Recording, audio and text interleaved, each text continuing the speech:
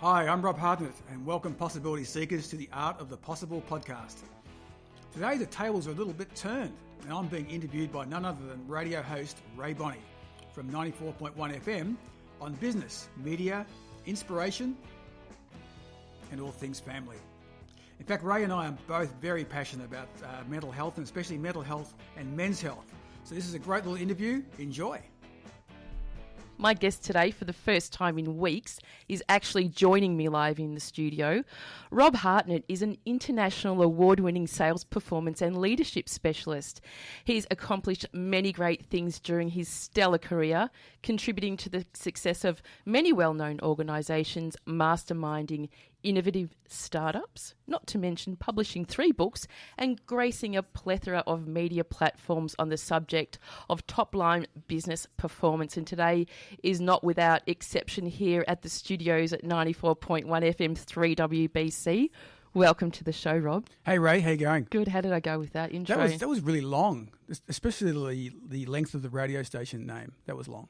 Right. Okay. Mine wasn't long enough, frankly. You've got another 50... I can't do maths. I think it's 54 minutes to go where it's all about you. It is all about me, and we should probably go over time on that basis. Yes, I don't think Ken Lyons will be very happy about that coming up on his health show. Now, Rob, we have known of each other for 27 years, although the gap between 27 years and now, there hasn't been a lot of activity. No, there hasn't been. There should have been, but there hasn't been. Doesn't matter though, does it? No, we're here now and it's happening. Well, the other day I was sitting there thinking, who would I like to have on my show? And I thought, your name just popped into my head. He's interesting. Yeah. He's got something to say, and he's got a sense of humour as well. Now, we met 27 years ago through the yacht racing industry. We did. When I was working in the media, and the last time I worked in the media, and you, of course, were skippering a boat. Yeah, a variety of boats. I can't remember which one at the time, but was there a variety of boats back then? That's probably right. And we were dabbling around the Melbourne to Devonport, Melbourne to Hobart, and I think the Hamilton Island yacht race as well. There was a bunch going on. Yes. It still is. It's still a great sport. And I was a crazy 22-year-old redhead, never had anything to do with the media before, but it was a very memorable time of my life. And yep. Absolutely. It was a heady time, wasn't it? I guess the days where media and sailing were actually coming together, and now it's quite a big sport. So you were probably way ahead of your time, to be honest. I was, but we've come in leaps and bounds, haven't we? Even in terms of technology and how we produce media, and how we report it and how we consume it is very different Absolutely. Now as well. And you've taken a bit of a back step out of yacht racing, haven't you? In recent times, sailing? Just recently, last couple of years, I've got more into cycling. But it's those lycra-clad lads I thought I'd never be. I didn't think I'd ever don lycra and be on a road bike. Never thought I'd do it, but I just love it, and it's a passion, and it's a full circle. It's very interesting. It's a very interesting sport, and one I've become to really get very passionate. Do you have a range of costumes, or? I have a range of costumes. Yeah, I do. In fact, we do have much lycra, and it's once you get into the sport, it's very hard. You end up with more bikes than you should have. But although the golden rule, I'm told, Rae, is that the amount of bikes you should have is N+1. Where N equals the amount of bikes you already have. That makes absolutely no sense to me whatsoever. Yeah, so just keep buying them, basically. What does Lisa say about that, your beautiful wife? She says just build a bigger shed. Good on her. She's always been like that. She's very supportive. You've been together since you were kids. Yeah, we've been together. Well, it's not we're kids, but certainly 26 years or so. Yes. Yeah, so 26 years or so. We count marriage after that. But it's been a great long time, and she's hugely supportive. I couldn't do the sailing, I couldn't do the cycling or the motorcycles, all the crazy things I do without her. And she's also a dedicated petrol head, which absolutely helps. And a very accomplished photographer as well. Now, before we head into your trajectory and pull apart what it's like being a leader in your field, I also noticed that you recently, and this is segueing back into Movember, that you and your son Ben recently did the Distinguished Gentleman's Ride, which is very connected to Movember, all about men and men's health. Yeah, we've done the DGR for the last 3 years. Yes. So Ben and I have done it for the last couple of years, riding out of Melbourne. people who have ever done the ride, we tend to be fairly prominent because we're both wearing our old school uniforms or old school blazers. Your Scotch college. We wear our ties and blazers, which we get into, and we hoon around the streets, and it's a lot of fun. The DGR is a great idea. I love the whole concept of it. I love how it's gone global, starting in Australia, and it's gone global. And it's a great thing where people dress up dapper, if you haven't seen it, and ride sort of classic or styled motorcycles. And it's just a great way to raise this really important awareness for a great cause. Yes. And so Ben and I have done, and Ben's my oldest of my three boys. And so the last couple of years is when he's had his license, so he couldn't do it any earlier. Yes. He rode on the back once with me, and then the last two times we've done it together. And that's fabulous also, Rob, that, raising awareness around men's issues, which is quite prominent on my show here, that, you're raising boys as well to be very aware of, what it feels like being a man, but also what some of these common issues are around, not only around mental health, but also physical health and well-being also. It's huge. It's just, and you can get caught up in an entrepreneurial life like I'm in, where you're traveling and you're working really hard and you think about a lot of others, and you've got people close to home where you can make a lot of assumptions, and that's the biggest mistake you can do, is make assumptions that it's all okay. You need to be checking in and getting close, and it's interesting. One of the bikes we actually ride in the DGR was a bike that myself and the two of the boys, Finn, who's my middle one, especially, and Ben, put together. So we built that bike as a kind of a therapy thing, actually, when Ben was doing VCE. And it can get pretty intense doing VCE in any family. Yes. And I thought, what can we do that's off social media that takes him away from the books a little bit? And there was a bike we'd been gifted by a very dear friend who'd passed away. And we'd had the bike in storage for maybe 10 years. And he always spoke about a bike he wanted to build before he passed away. And so we basically took on the task of transforming this bike into the bike that he always wanted. And that was a great task. It was a lot of fun to do, and it was just us in the workshop and just pulling it apart. We got to a certain point where we're not mechanics, Ray. We're good at we're good at design. We know what we want, and we're good at pulling it apart. And then we partnered with some guys, Midlife Cycles, in fact, in Richmond, the great guys, who helped us put it together and build a dream that we now have. So it was a really good story in that bike as well. That is what's the bike doing now? The bike is still ridden regularly. It's It was sounds like a horse. Yeah, it sounds a bit like that, doesn't it? We put it all together, and it was built, and rebuilt. And what's exciting, probably in more recent times, the bike was written by a guy who gifted it to us, a guy called John Jarrett, or Jack Jarrett. So we named the bike the JJ Special. And unbeknownst to us, the guys at Midlife Cycles actually had logos made up of JJ Special, and they had the stickers put on the bike when we finally picked it up, which was just such a touch they didn't need to do, but they kind of loved the whole story. And he was a World War II veteran. He was a survivor of Japanese war crimes and a whole lot of things. And he was a mentor to me from a very young age, and then became a mentor to my boys when they were racing motorcycles and involved in all that scene. And he was a lovely guy. And the last story I will tell you about the bike, when I had to get it registered, as it was much modified, was going to the Vic Roads, not knowing if they'd pass it or not. The Vic Roads people actually falling in love with the bike, and the lady in there, who remained nameless, going through the number plates until she could find one with JJ on it, and handing it over saying, "We never do this, don't tell anyone." And we were able to get actual registration plates with the JJ on the back. So it's kind of a special little bike. What a fantastic story. I wasn't expecting that, but just listening to all of those little gems in there, how beautiful people are. When you go that little moment more, that little piece, that little extra mile, what that actually means to people and human beings. We're full of it. Yeah. And these stories aren't told enough. So thanks for sharing that with us, because it really does create a great platform for what we're going to be talking about today. And so going back to 27 years ago, with your role being an international sales performance and leadership specialist, you always weren't one of those.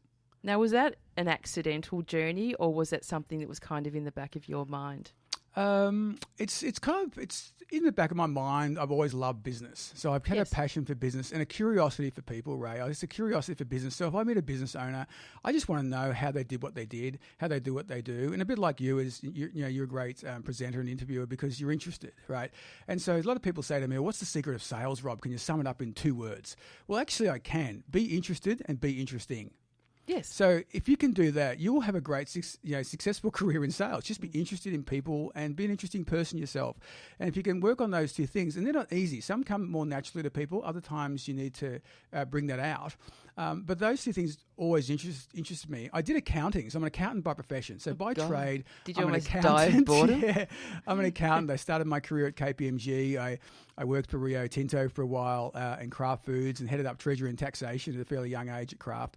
But accounting wasn't for me. It was I enjoyed. If you're ever at a crossroads and you don't know what course to do accounting, because you can always use business in your career at some point. You'll need to understand. You don't have to go that far and do accounting. Can't you just do a general business course? Well, a general business course is fine. But yeah, if you're in doubt, do a business course of some sort. Go and do drama. Until you work it out, then do drama. If you get your passion early, which I didn't, then, as I said, do business. If you haven't got your passion early, go do it. In fact, and that's been, I think, a wonderful thing with my children, watching and looking for their passions. And as a parent, I think it's one of your best jobs you can do is be observant of passions, because you'll see them before your kids will. Because if you've been around and you know what you're looking for, you'll start to see it and you can help direct traffic. Didn't start out doing the sales and marketing thing. Always interested in that side of things, but I was an accountant before I started doing that, and then I just got into it through opportunities. Because back in those days, we didn't need a degree to segue into. No. These days, and look, really today though, there's many things you can do. As long as I've got kind of a formula for world class and formula for doing anything, and it's pretty successful. And so that formula, if you follow that formula, but you have to follow the four pieces of it, otherwise it doesn't work. But if you follow that formula, you can pretty much do anything you want. Shall we talk about that now? Yeah, I'm happy to talk about it. Because I like what you said before about being interested and interesting, because providing your audience the feeling of being cared for and the feeling of being validated and acknowledged, what that does for the human condition is engage it. Yeah. Straight up. But bad manners, bad vocabulary. Yes. And I was speaking to somebody the other day and they asked me to tell them a story, one of my stories. Right. And I started telling the story and I could see their gaze shift. I'm not sure if I was actually really excruciatingly boring. Yeah. But straight away I just shut down and went, not telling you my story, because that's precious. And you completely just hurt me and invalidated me. So I did not continue. But that's what you're saying.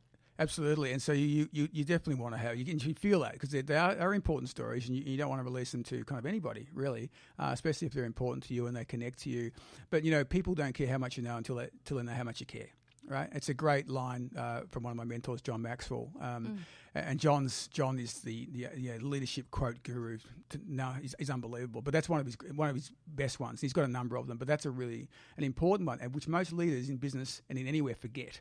Can you just say that again, please? Yeah, so no one cares how much you know until they know how much you care. Great. I've got that. May I use it? You got it? Yes. Yeah, and it's such an important one, and we make assumptions that my team think that I care. They know I like them. I know I care. So let me just tell you what we're doing here.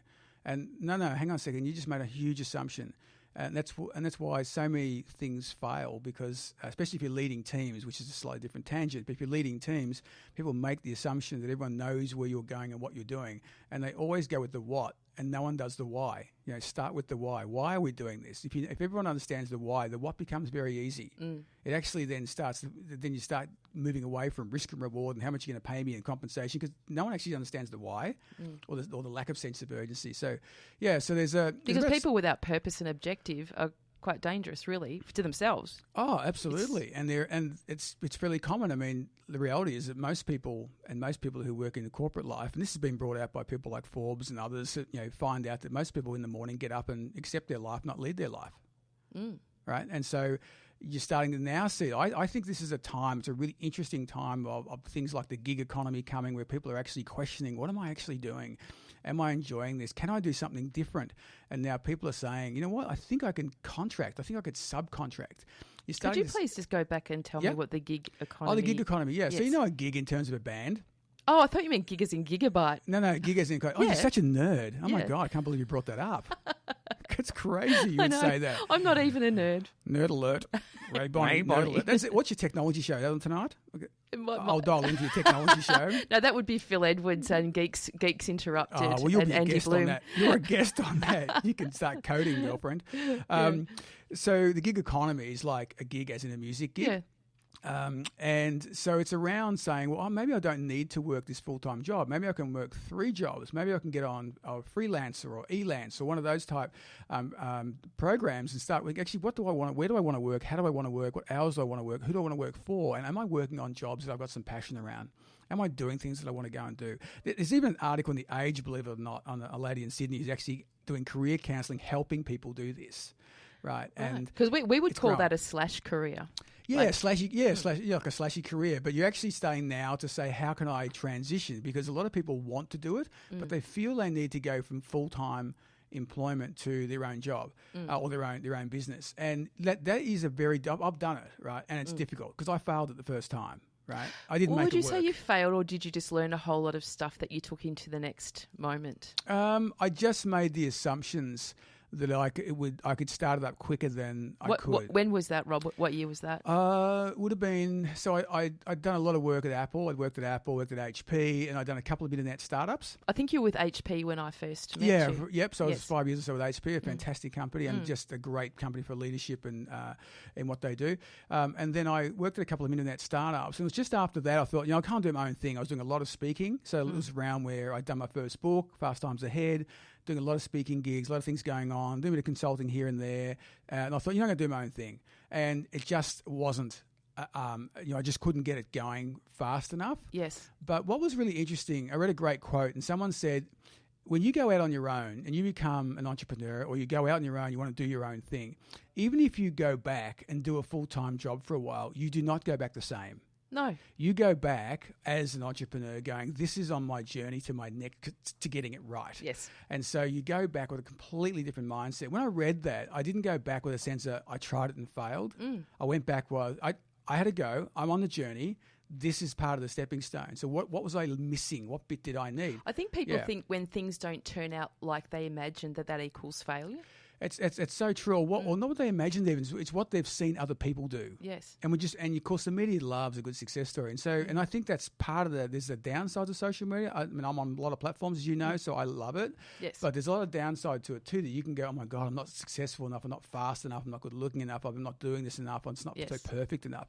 And so you've got to moderate that with the fact that you experiencing what you do and you are who you are, and you can only do your best when you're making those transitions. And there's never a perfect time.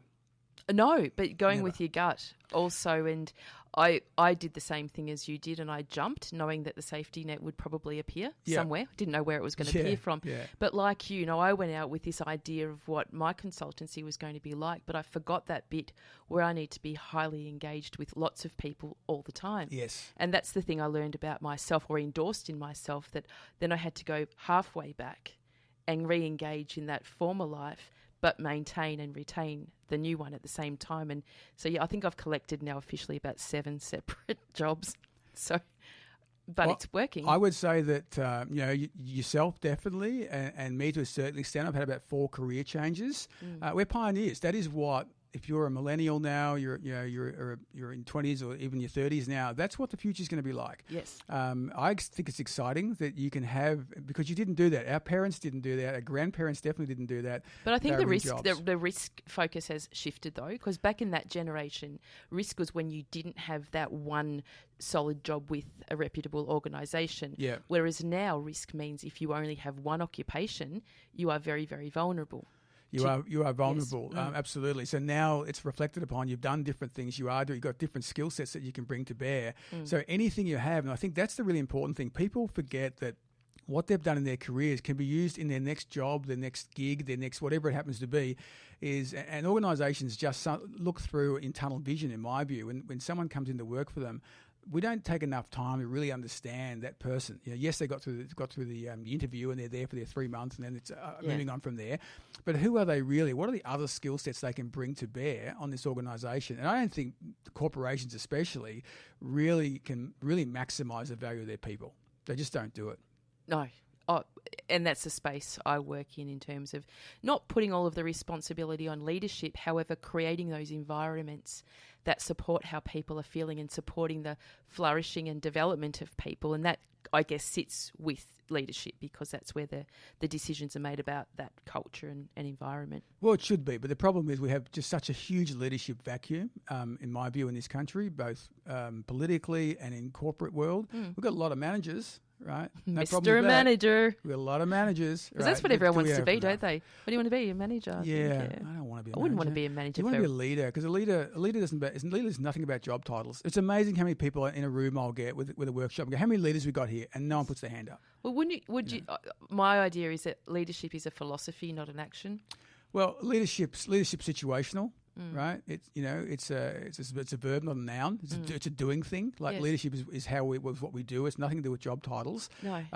That can be your baseline. Your level one of leadership is I've got a better title than you. I can fire you, so you better do it. So that's kind of level one. Yeah. And sometimes we have to go along with that.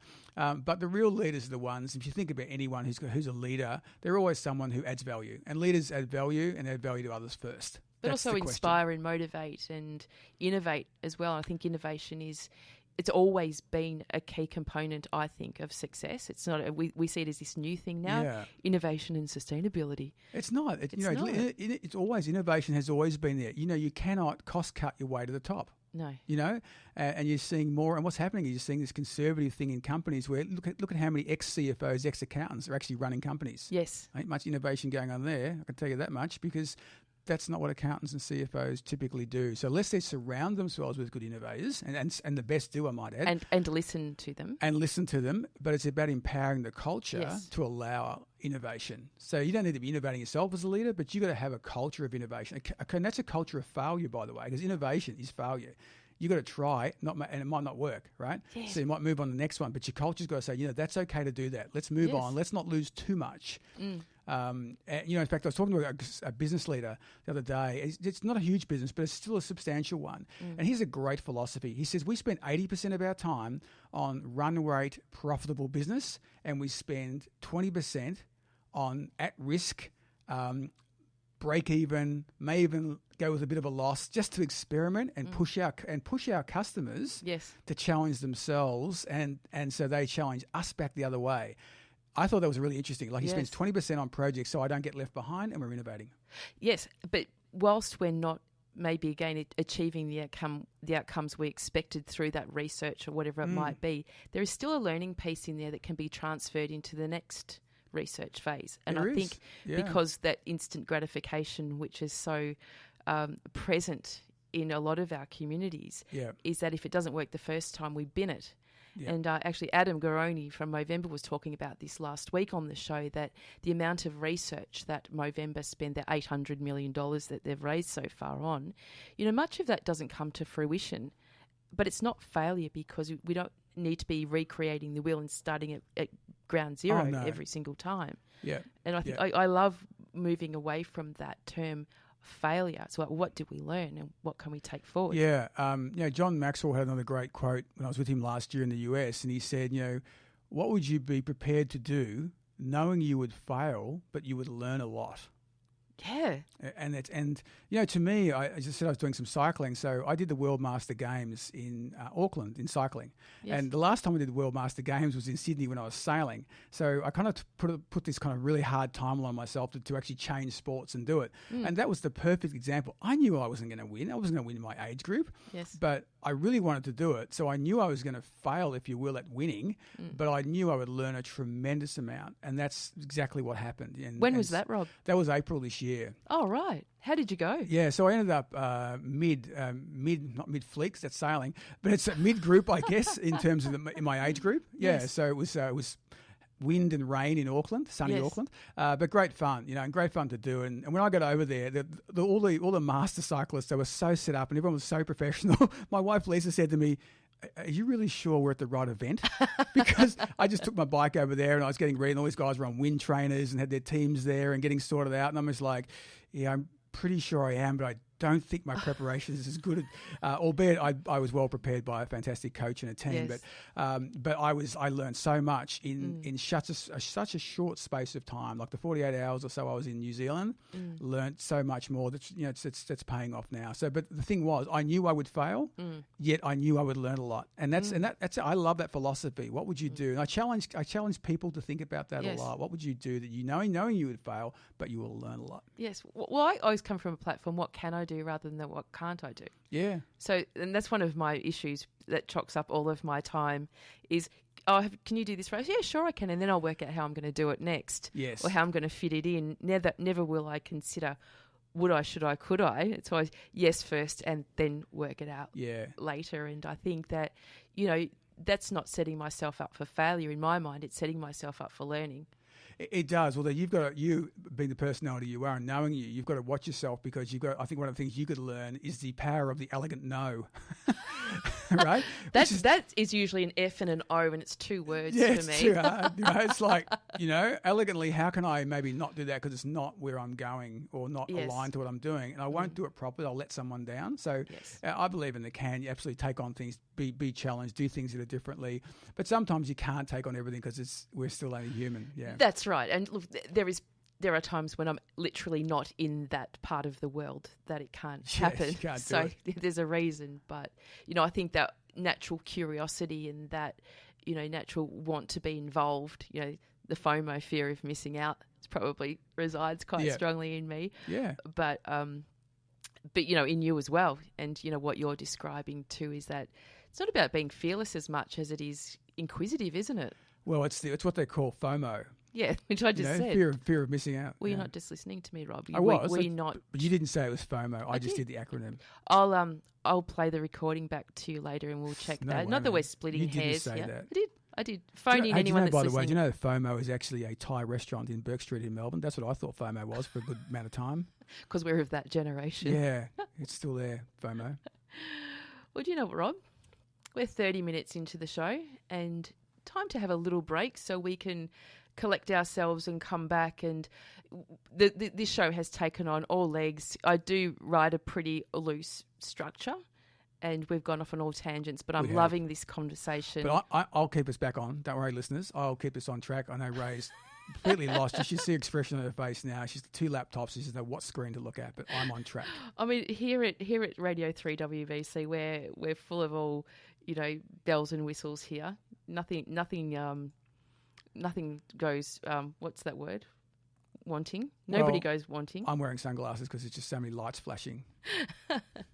No, I've got this, Rob. I've got this technically, physically, mentally.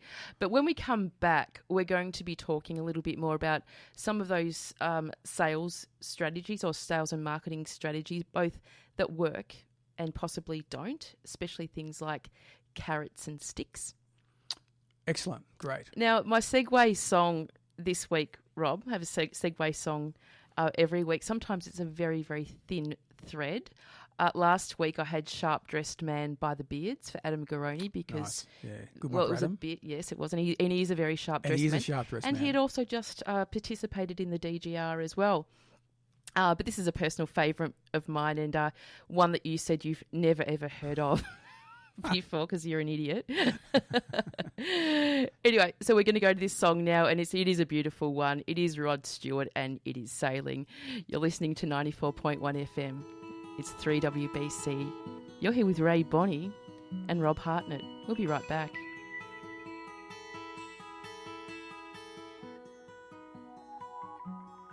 I am sailing. I am sailing home again. Across the sea. I am sailing. Stormy waters to be near you, to be free. I am flying, I am flying like a bird across the sky.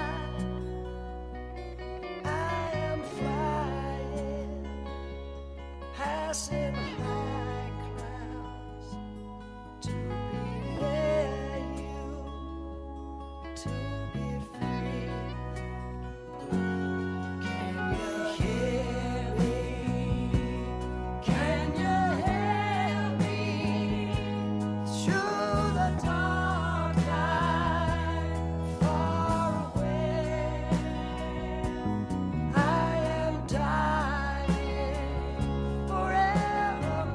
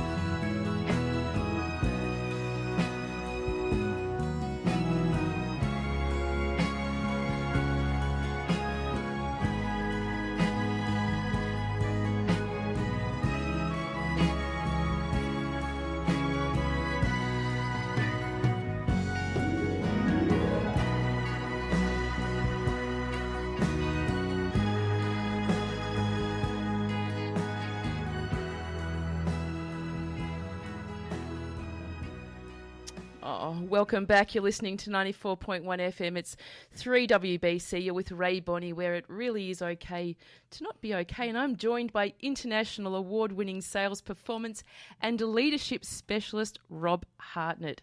Make you feel like going back out on the water, Rob? Not today. Not today. No. Not in Melbourne. Oh, yesterday you wouldn't want to. Oh It's my so God! windy. It's the wind this spring and winter in Melbourne has been extraordinary. Yes, although it's looking, well, momentarily it looks like it's going to be shaping up and then it's back on it again. Yeah. Yesterday I did a show here on the Spectrum, and I had my son Rory with me, and Rory's 8, and afterwards I took him to a park in Glen Huntly, which is one of the most expensive parks here in Melbourne. I think it cost about $10 billion to build it. But it's got this amazing water feature right in the middle, so kids can take their bathers and run in and out. Of course, Rory's fully dressed, and there's all these parents there going, oh, sorry, because it was so hot yesterday. Oh, sorry, no, you haven't got your bathers. And I just said to Rory, just go for it, man. So he went in clothes and all. And, Nice. Yeah. he had a great time. That's it. And I got a bit sunburned. That's what it's about, isn't it? It is about that. It's about having a good time. Why can't you run around in your clothes? I mean, They get seriously? wet. I just then folded them up when I got home and put them in his drawer because they were washed. Well, it was so windy, I would have thought he'd dry out on the way to the car. At least He today. did.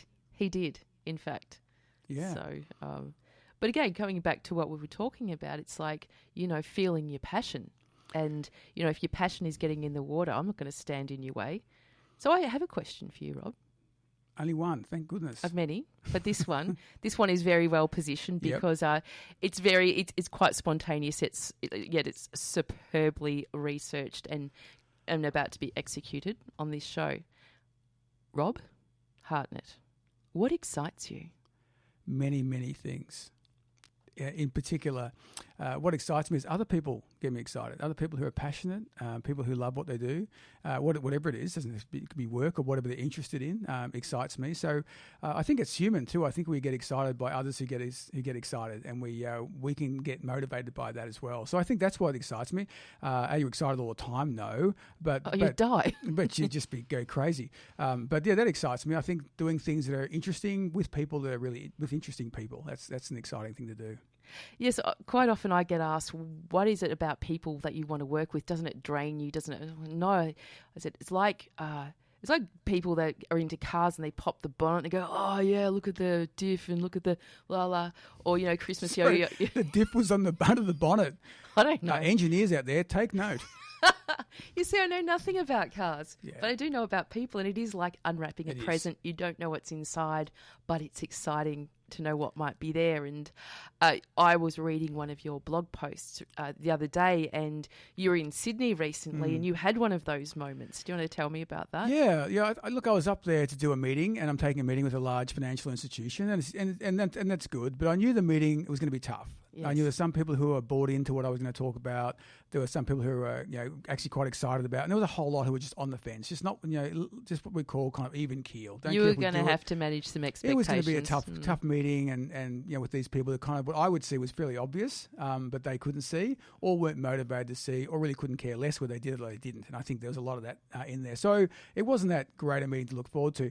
And beside me at this cafe, while I was researching and preparing for the meeting, there was a couple of young guys, and they started just a meet and greet and brought their laptops and gear along, and then they started getting more animated and more excited, and I couldn't help but notice it. And being a father of two creatives, And a voyeur by the sounds of it. two yeah. filmmakers basically. So Yes. I'm used to seeing filmmaking and photography for my oldest two.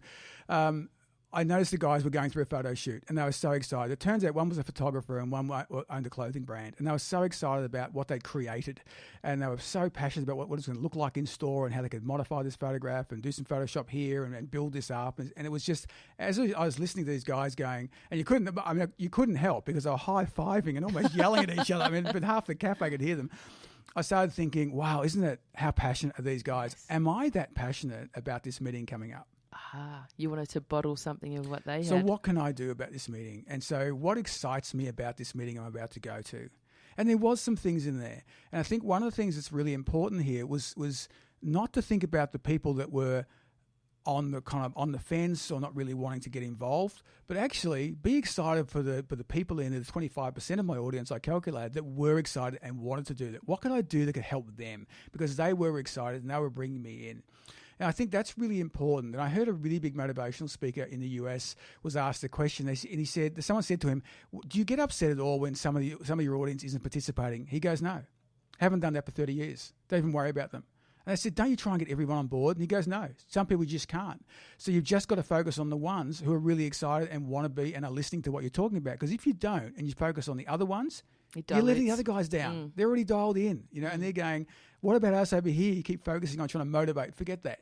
And also, if you think excitement and engagement is contagious, most likely those excited people will infect the not so engaged people and bring them along. Correct. As well. And that was a part of the blog. So part of the blog I wrote about was on LinkedIn if anyone's connected. But part of the blog was to say, okay, so the bit that excited me was how I could help that 25% in the room get the 50% on the fence. Don't worry about the 25% or 30% or whatever it happens to be who were not interested and probably going to be negative. But the ones on the fence are the ones you want to go for. Because if you can get the 25% motivated and say 50% on the fence, if you can get that over the line, suddenly you got 75%.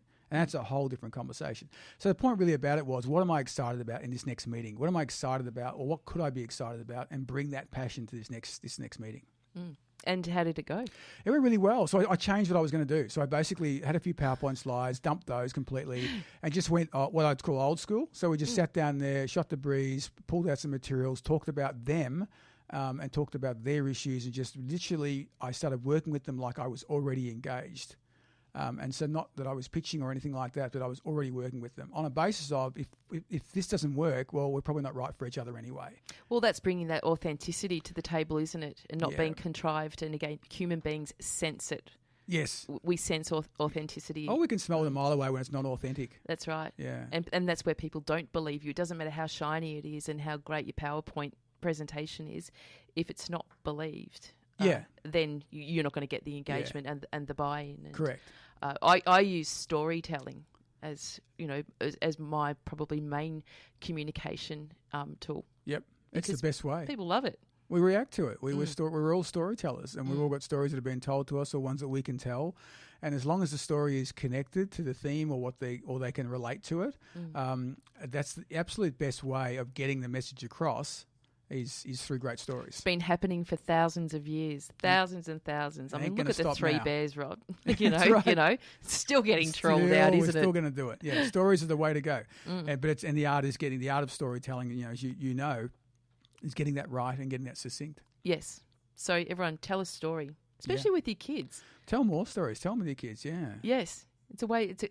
You can bypass discipline by telling a story, rather than telling your children what to do. Use a story. Yeah, and get them to tell you a story.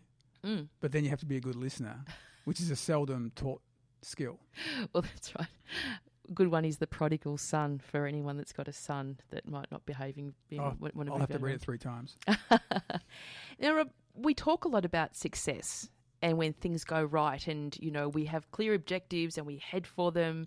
And in business, you would see this a lot, especially with teams and leaders, that whole carrot and stick approach. We know what we want to achieve, now get to it. And if you don't achieve that, then that's where we start building those narratives around failure as well. How do you think, in your experience, this affects the human condition, especially around when we're talking about mental health issues? I think it can work in a positive way. I've also seen it work in a negative way on both sides. So I've seen compensation, or carrot and stick, work well, and I've also seen it work poorly. I think the overall thing to be reminded of is a journey. And I had the privilege of sitting with a large company in the US and talking to their global sales leader. And he said, it's not one answer or the other. He said, I'm always turning the dial up. Sometimes I need to go more stick. Sometimes I need to go more carrot. And it depends on what we're doing. But I always explain why we're doing it and what we're doing. And once that's understood, it's a lot easier.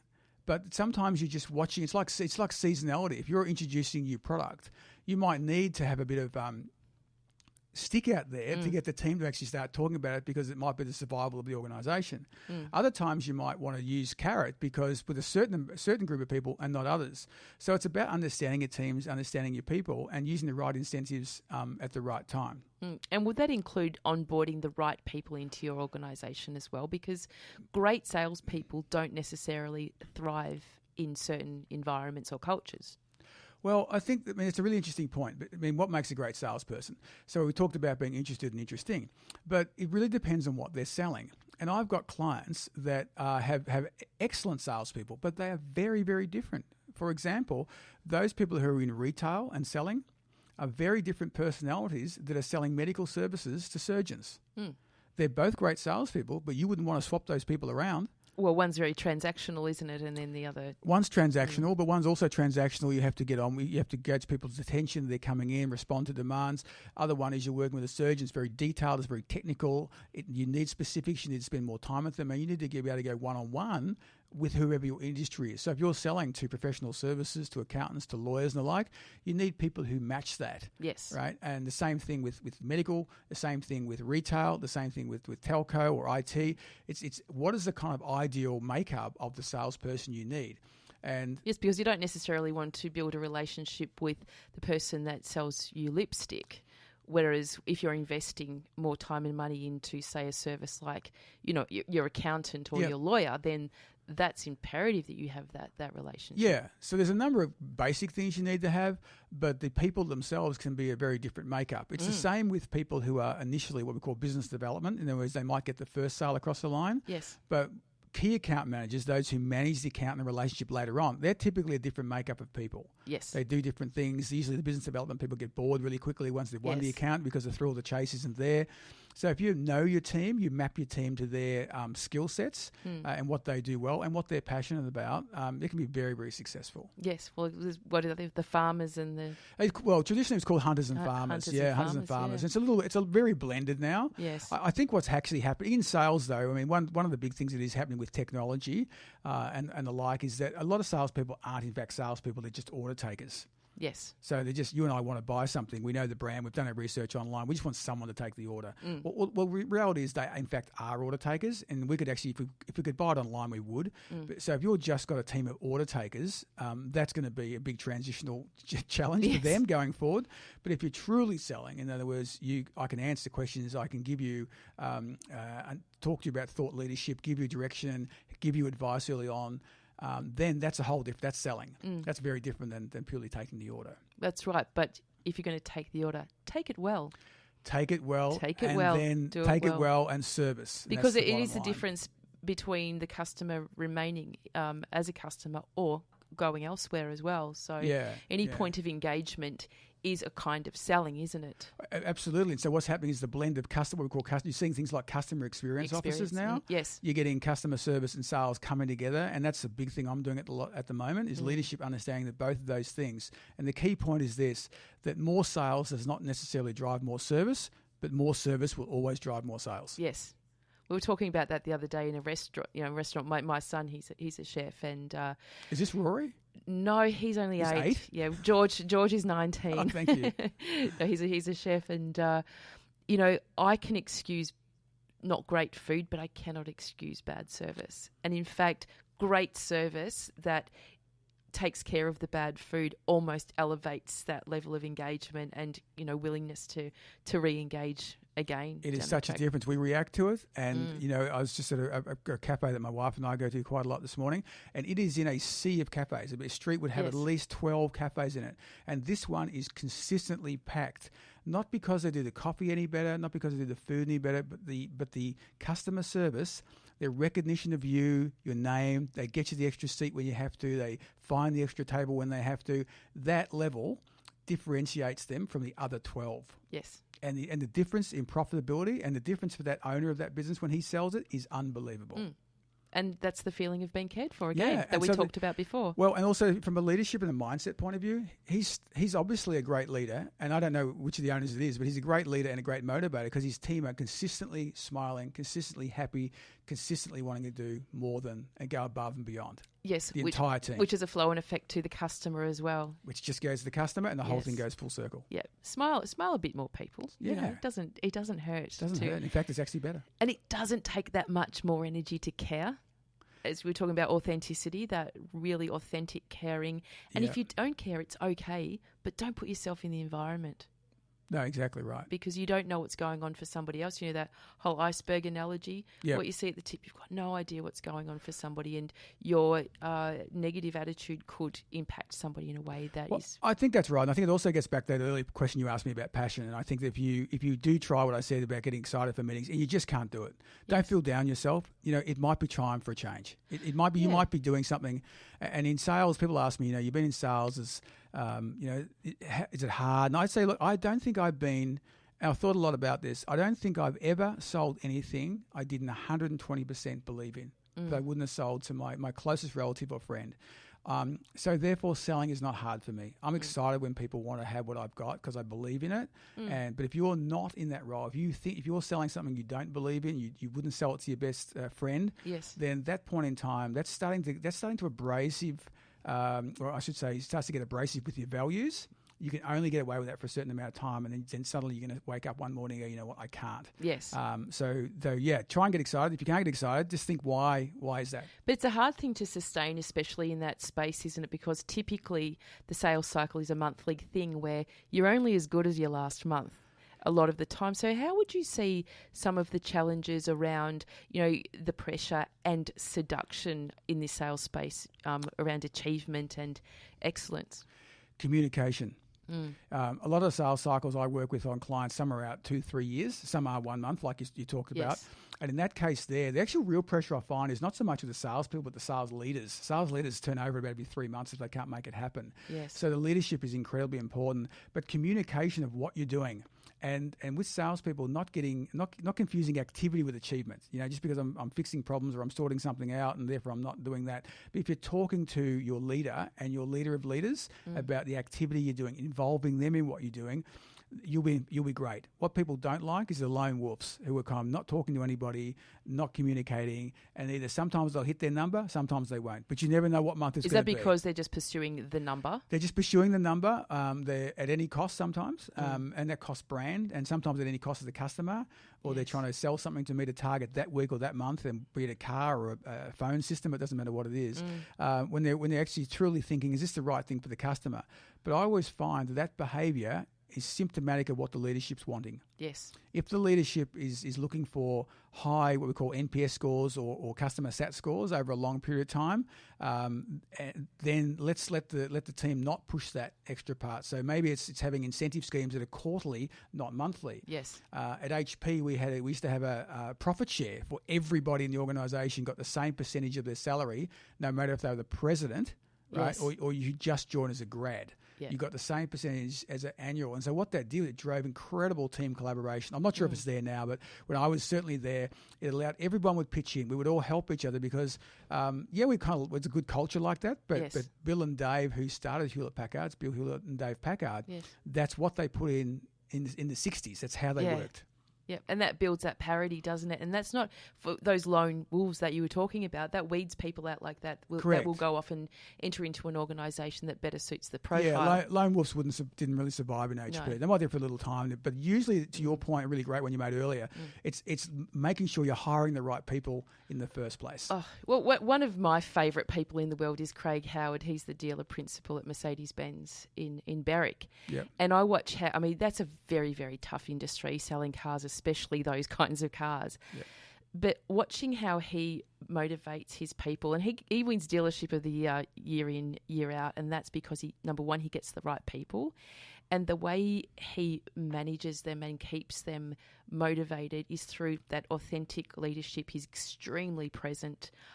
He's very clear in his own objectives, and also clarifies theirs as well. And I recently spoke at one of their roundtable leadership conferences where basically gets out the kid gloves and cares for each person individually as a group and creates such clear objectives that are decided by the team.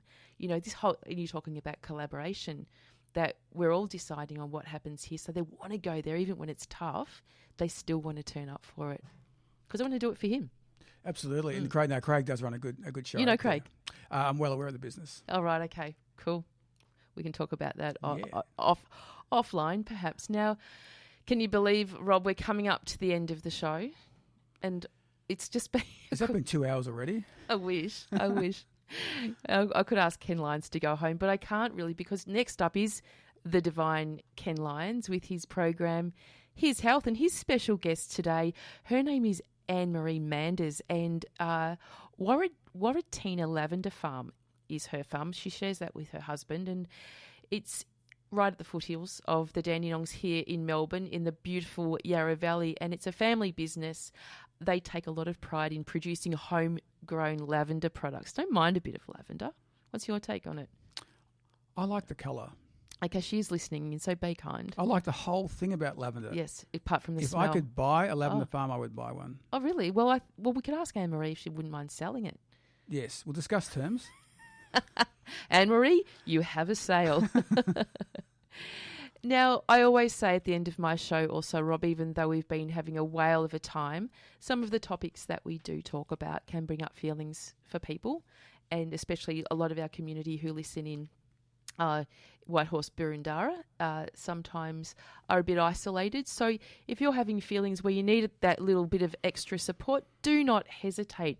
Phone Lifeline 131114. That's 131114. Or suicide callback service. You don't have to be suicidal. You might be worried about somebody else. That number is 1300 659 467. And of course, emergency services 000. You're not going to get into trouble if somebody hasn't died. So I'm not an alarmist, but I'm also a realist that these things do happen. So what's next for you, Rob? You're off to Brisbane. Yeah, Melbourne tomorrow, then Brisbane this week, up to Yes. sunny Brisbane. So Yes. running a workshop up there. Or sweaty Brisbane. No, it's very nice up there. So do you tailor your workshops like you make bespoke programs for your customers? Yeah, pretty much. I mean, every program I do, whether it's even on fundamentals, is always Yeah. bespoke to the audience I'm with and the audience industry, and Yes. as much as I can to the audience's challenges that they have on the day. I think that's really important. I mean, I authentically can't do it any other way. I've been told that I overdo my presentations and think too much, and I should just run the same ones out. I just can't do it. It's not the way I do it. How would you go with that? You know, you just Yeah, I think there's fundamentals, but no, I know they're always tailored to what Yes. people want. And the but it mood makes of it the so day. much more enjoyable for you. Absolutely. doesn't it, when Otherwise, everything's I would get different? bored. That's right. That's right. You're rolling the same thing out time after time. Yeah. I think, you know, in our industries, we do feel like sometimes we are in an echo chamber because we are repeating a lot of, you know, key philosophies and strategies or whatever it might be that are pertinent in our industry. So we have to mix it up a bit and make it meaningful for I them. think keeping contemporary is really important, and I think that's one of the great things about having family, and certainly now is having my kids and one I'm involved in business with as well. I mean, getting their views as millennials and working the way they do is kind of a lot of fun, to be honest, and it is challenging sometimes. Do you especially have family to businesses. resist the temptation to overstep the mark as a parent and not as a business Sometimes you can associate? do that, but also you're just learning the way they think and the way they go about business, and that's a Yes. really interesting challenge. But it keeps us fresh and it keeps us alive. Yes, and I think that's really important.